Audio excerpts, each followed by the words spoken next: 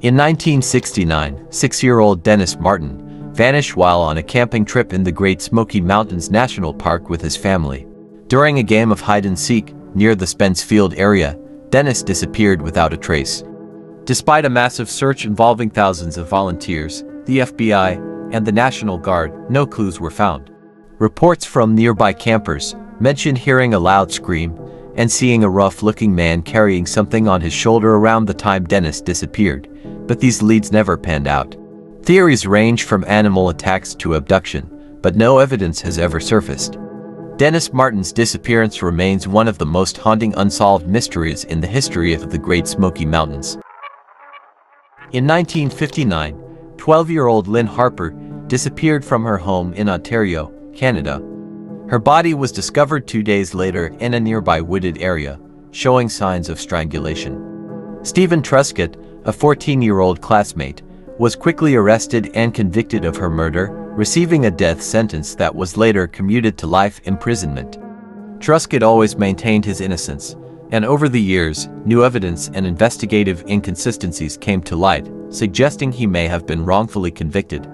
In 2007, after a long legal battle, Truscott was acquitted, but Lyn Harper's true killer has never been identified.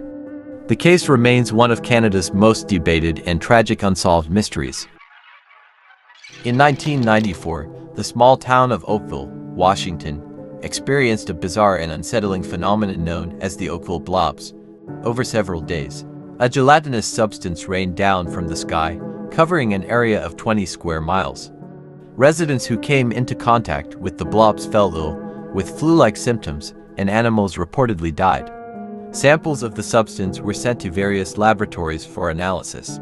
Tests revealed it contained human white blood cells but no discernible nucleus, making it unlike any known substance. Theories about the origin of the blobs range from military testing and biological warfare experiments to jellyfish remains picked up by military aircraft during bombing runs over the ocean. However, no definitive explanation has been found, making the Oakville blobs a chilling and unresolved mystery. In 1937, aviator Amelia Earhart vanished over the Pacific Ocean during an attempt to circumnavigate the globe. Earhart and her navigator, Fred Noonan, were last heard from near Howland Island. Despite an extensive search by the U.S. Navy and Coast Guard, no trace of Earhart or Noonan. Their aircraft was also never found. Theories about their fate range from crashing into the ocean and surviving on a deserted island to being captured by Japanese forces. Numerous expeditions and research efforts have sought to uncover the truth, but the mystery of Amelia Earhart's disappearance endures, making it one of aviation's greatest unsolved enigmas. In 1975, Travis Walton, a logger in Arizona, disappeared for 5 days under mysterious circumstances. Walton and his co-workers claimed they saw a bright light in the forest, which they identified as a UFO. Walton approached the object and was struck by a beam of light, rendering him unconscious. His co-workers, terrified, fled the scene. Walton reappeared 5 days later, disoriented and with no recollection of the time that had passed. His story of abduction by extraterrestrials sparked widespread media attention and controversy. Despite numerous polygraph tests and investigations, no conclusive evidence has been found to confirm or debunk Walton's account, making his disappearance and the events surrounding it a lasting enigma in UFO lore. In 1921, the four-masted schooner, Carol A. Deering, was found run aground and abandoned off the coast of Cape Hatteras, North Carolina. The ship, returning from a cargo run to Brazil, was discovered with its lifeboats missing, crew vanished, and supplies intact. The captain's cabin was in disarray, and personal belongings were left behind. The ship's log and navigation equipment were missing, adding to the mystery. Despite extensive investigations, including theories of piracy, mutiny, and involvement with the Bermuda Triangle, no trace of the crew or definitive explanation for the abandonment has ever been found. The fate of the Carol A. Deering and its crew remains one of maritime history's enduring mysteries. In 1976, Circleville, Ohio, residents received threatening letters with personal details. School bus driver Mary Gillespie was accused of having an affair and threatened with violence if she didn't stop. Her husband Ron, after receiving a call from the supposed writer, left in a rage and was later found dead in his car, which had crashed into a tree. His death was deemed an accident, though foul play was suspected. The letters persisted for years, targeting various people. Paul Fresauer, Mary's brother-in-law, was convicted of writing them after a booby trap linked to him was found. However, the letters continued even during his imprisonment, raising doubts about his guilt. The true identity of the Circleville letter writer remains a mystery. In 1935, a strange and gruesome case unfolded in room 1046 of the President Hotel in Kansas City, Missouri. A man who checked in under the name Roland T. Owen was found brutally tortured, tied up, and left for dead in his room. Despite severe injuries, Owen was still alive when discovered, but died shortly after. The room showed signs of a violent struggle, yet there were no clear indications of who the assailant was. Owen's true identity was never confirmed, and he provided vague answers to the police before his death.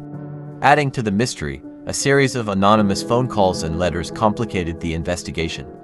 No one claimed his body, leading to a public funeral funded by donations. The true identity of Roland T. Owen and the circumstances of his death remain an eerie and unsolved mystery. In 1944, in the town of Mattoon, Illinois, residents were terrorized by a mysterious figure dubbed the Mad Gasser of Mattoon. Over a series of nights, people reported a strange, sweet-smelling gas being sprayed into their homes, causing symptoms like nausea, vomiting, dizziness, and temporary paralysis. Victims described seeing a tall, thin man, dressed in dark clothing, sometimes wearing a tight-fitting cap. Despite intensive police investigations and media coverage, no culprit was ever caught, and no solid evidence was found. Theories ranged from mass hysteria and industrial pollution to a real-life attacker using some sort of chemical spray. The incidents abruptly stopped as mysteriously as they had started, leaving the true identity and motives of the Mad Gasser an unsolved and eerie enigma in the town's history. The Voynich manuscript is a mysterious book that has puzzled historians, linguists, and cryptographers for centuries. Discovered by antique book dealer Wilfred Voynich in 1912, the manuscript is written in an unknown script and filled with strange illustrations of plants, astronomical diagrams, and human figures. Despite numerous attempts to decipher the text, no one has been able to determine its meaning or origin. Theories about the manuscript range from it being a medieval cipher to an elaborate hoax. The Voynich manuscript remains one of the most enigmatic and intriguing artifacts in the history of literature. I love taking long hot showers before bed to relax. As the light switches outside of the bathroom, whenever I'm in there too long, my girlfriend turns the light switch off and on multiple times to signal she needs it. One night, she was out with friends, and I decided to shower early. Suddenly, the lights flickered just like she does. I thought she was home, but then the light stayed off. I yelled for her to turn it back on, but there was no response. Annoyed, I stepped out, only to find the house empty. I texted her, and she confirmed she was still out. I checked every room, but no one was there. So, who had turned the lights off? In 2007, Madeleine McCann, a British toddler, vanished from her family's holiday apartment in Praia da Luz, Portugal, while her parents dined nearby. Despite an international search and media frenzy, no trace of Madeleine has been found. Initial suspicions fell on her parents, but they were later cleared. Numerous theories have emerged, including abduction by a stranger, human trafficking, and accidental death with subsequent cover-up. Various sightings and leads over the years have failed to provide concrete answers. The case remains open and continues to attract global attention, with Madeleine's disappearance standing as one of the most heartbreaking and perplexing unsolved mysteries of recent times. It was a normal night. My 9-year-old daughter fell asleep on the couch while watching TV. I went to bed, feeling secure with the living room security camera. The next morning, papers were scattered, and the front door was ajar. And sure, if I left it open, I checked the camera footage. At 3 a.m., a strange man quietly entered, staring at my sleeping daughter for 47 minutes before leaving. She never woke up during the time he was there. Terrified, I called the police, but the footage was too dark to identify him. A week later, a man was arrested for burglaries in our neighborhood. Despite his capture, the memory of that night haunts me. We'll never be sure if he was the same man who entered my house. In 1977, Brazil's Operation Plate investigated UFO sightings in the Amazon. Residents of Colares reported strange flying objects emitting beams of light, causing burns and puncture wounds. The Brazilian Air Force, led by Captain Urange Hollanda, documented numerous encounters with photos, videos, and eyewitness accounts. Despite the evidence, the operation was abruptly terminated, and the government dismissed the sightings as natural phenomena or mass hysteria.